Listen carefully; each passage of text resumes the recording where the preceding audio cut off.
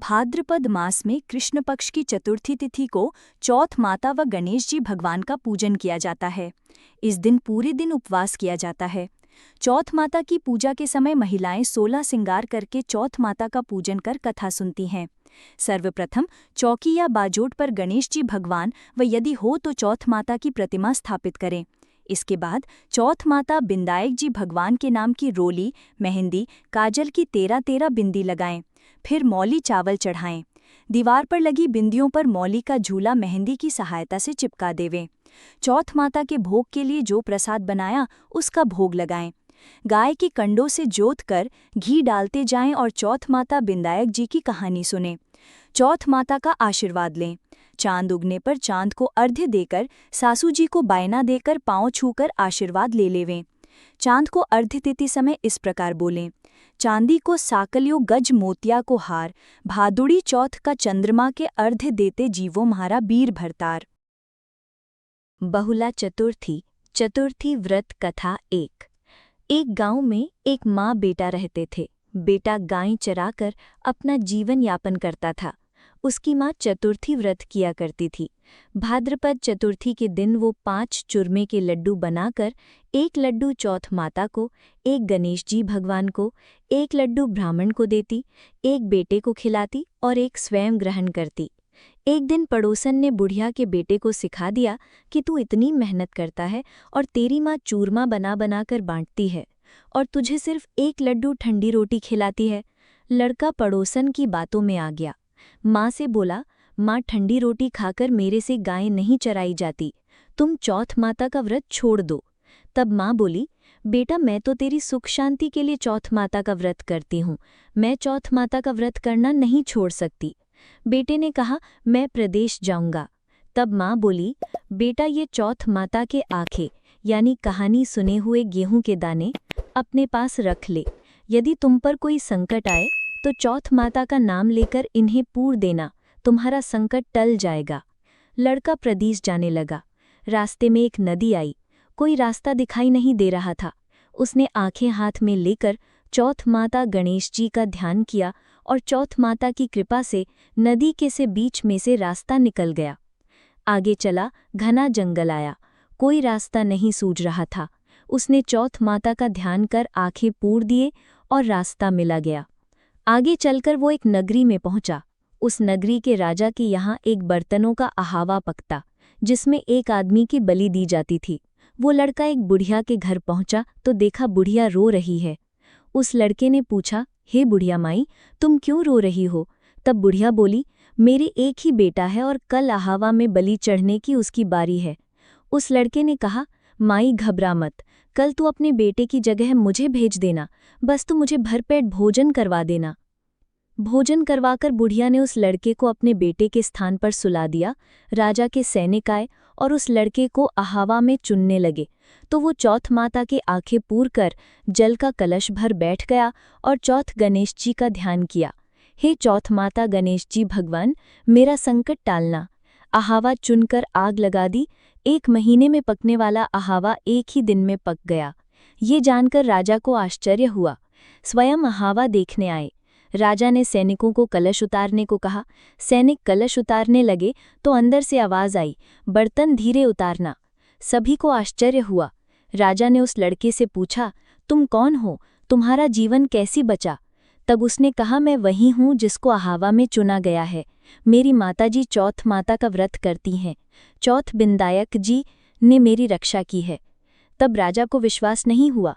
उसने 2 घोड़े मंगवाए, एक पर खुद बैठा और दूसरे पर जंजीरों से बांधकर उसको बैठा दिया और कहा, यदि तेरी जंजीरें खुलकर मेरे बंध जाएंगी तो मैं चौथ माता को सच्ची मानूंगा। उस लड़के ने श्रद्धा भक्ति से आंखें पूर कर कहा, हे चौथ माता, अब तक मेरी रक्षा करी, इस बार भी मेरी रक्षा करना। देखते ही देखते लड़के की जंजीरें राजा के बंध गई। राजा ने कहा, तेरी चौथ माता सच्ची है।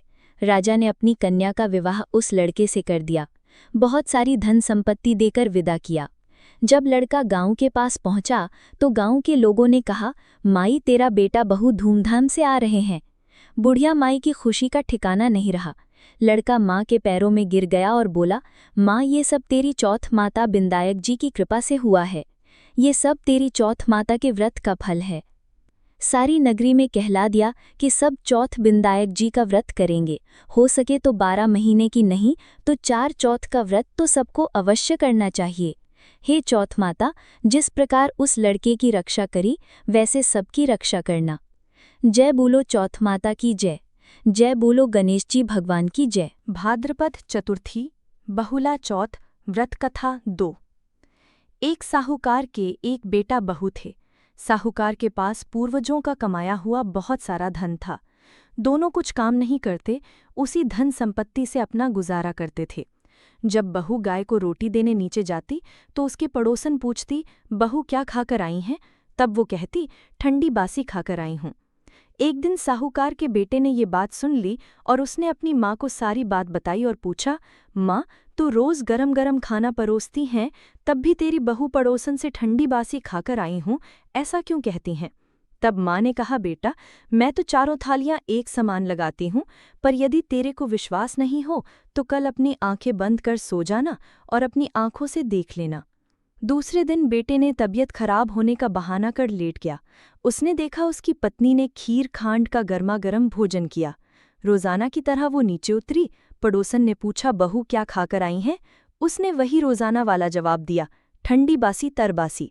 तब उसके पति ने उसका हाथ पकड़ लिया और पूछा, अभी तो तू गरम गरम खाना खाकर आई हैं, फिर झूठ क्यों बोला?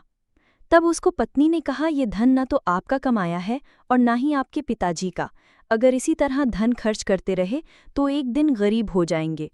उसके पति को पत्नी की बात बुरी लगी और वह प्रदेश चला गया। उसकी पत्नी 12 महीने के चतुर्थी व्रत किया करती थी। उसके पति को प्रदेश में रहते हुए 12 वर्ष बीत गए। तब चौथ माता बिंदायक जी ने सोचा, अब इसके पति को बुलाना चाहिए, नहीं तो इस कलयुग में हमें कौन मानेगा, कौन पूजेगा।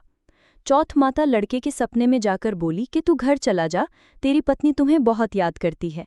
तब उसने कहा, हे चौथ माता, मेरा कारोबार फैला हुआ है, इस तरह छोड़कर नहीं जा सकता। तब चौथ माता ने कहा, कल प्रातः स्नान ध्यान से निवृत्त हो, पूजन कर, घी का दीपक जलाकर चौथ माता बिंदायक जी भगवान का नाम लेकर बैठ जाना, हिसाब हो जाएगा, देने वाले दे जाएंगे, लेने वाले ले जाएंगे।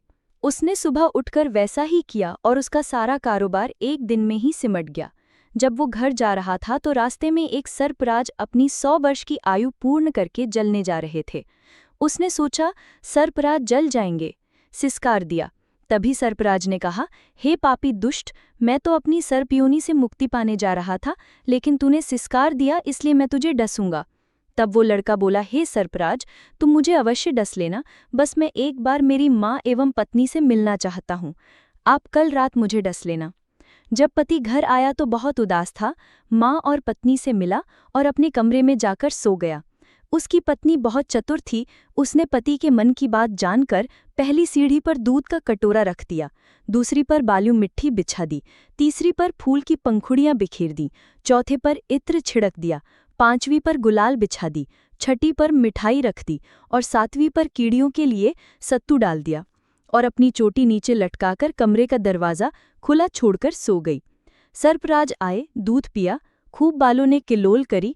बोले, साहूकार के बेटे, तूने सुख तो बहुत दिया, पर वचनों से बंधा हूँ, डसूंगा तो अवश्य। 7 सीढ़ियों पर उसने ऐसा ही कहा। जैसे ही वो डसने लगा, चौथ माता और बिंदायक जी ढाल और तलवार बन गए और सर्पराज के 4 टुकड़े कर दिए और सीढ़ियों पर खून ही खून हो गया। सर्पराज की पूंछ का टुकड़ा लड़के की जुत्ती में गिर गई। सोचा, डसूंगा तो अवश्य, पर उसकी पत्नी प्रतिदिन कीड़ी नगरा सींचती थी। कीड़ियों ने सोचा, इसकी पत्नी हमें हमेशा शक्कर आटा खिलाती है, इसलिए इसकी रक्षा करनी चाहिए। और सभी चींटियों ने मिलकर उसकी पूंछ को खोखला कर दिया। जैसे ही सुबह हुई वहां खून ही खून हो रहा था। माँ ये देख रोने लगी। उसने सोचा, मेरे बेटे बहू को किसी ने मार दिया। माँ की आवाज़ सुन बेटा उठा और बोला, माँ, हमारा बैरी दुश्मन मरा है। नीचे आया और बोला, मेरे पीछे से किसी ने धर्म पुण्य किया था क्या? तब माँ बोली, मैंने तो कुछ नहीं किया। पत्नी से पूछा तो पत्नी ने कहा, मैंने 12 महीने के चौथ माता के व्रत करती थी, इसलिए चौथ माता बिंदार जी भगवान ने हमारी रक्षा करी है। तब सासू जी बोली, मैं इसको 4 समय खाना देती थी, तो फिर इसने चौथ का व्रत कब किया? तब बहू बोली, 1 समय का खाना गाय को खिलाती थी, 1 समय का ब्राह्मणी को देती थी, 1 समय का जमीन में गाड़ देती और 1 समय का चौथ का पूजन कर चांद को अर्घ देकर मैं स्वयं खाती थी। यदि विश्वास नहीं हो तो पूछ लो। जब गाय माता से पूछा तो गाय के मुंह से पलाश के फूल गिरने लगे। ब्राह्मणी से पूछा तो उसने हामी भर ली। जमीन खोदकर देखा तो सोने के चक्र मिले। सारी नगरी में कहलवा दिया, सब कोई चौथ माता को व्रत करे। व्रत करने से अन्न, धन, लाज, लक्ष्मी, गुणवान संतान, अखंड सौभाग्यवती होती हैं। जैसी जिसकी मनोकामना होती हैं, चौथ माता पूर्ण करती हैं। हे चौथ माता, जैसे उसके पति की रक्षा करी वैसे सबकी करना। जय बोलो चौथ बिंदाईक जी की जय।